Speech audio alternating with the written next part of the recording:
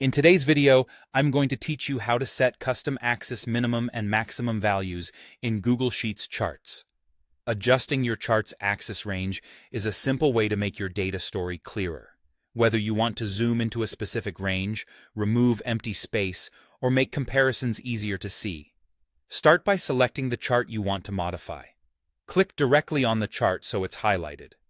This ensures any changes you make apply to the right place and also reveals the chart controls you need.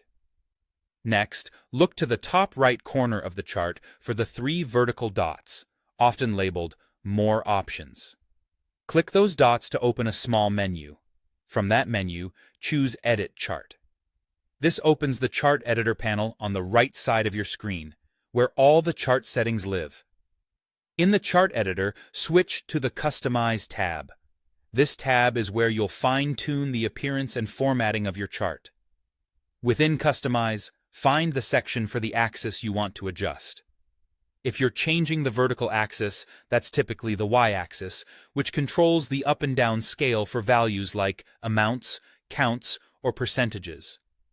If you're adjusting the horizontal axis, that's the x-axis, which often shows categories, time, or other labels. Click to expand either vertical axis or horizontal axis so you can see its options. Scroll down within that axis section until you see the min and max fields. These fields control the lowest and highest values the axis will display.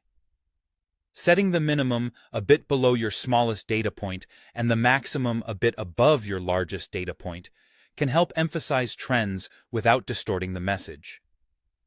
Make sure your minimum is less than your maximum, and choose values that make sense for your data scale. You can use whole numbers, decimals, or negative numbers if your data includes them. Type your desired numbers into the min and max fields. As soon as you enter those values, the chart will update right away.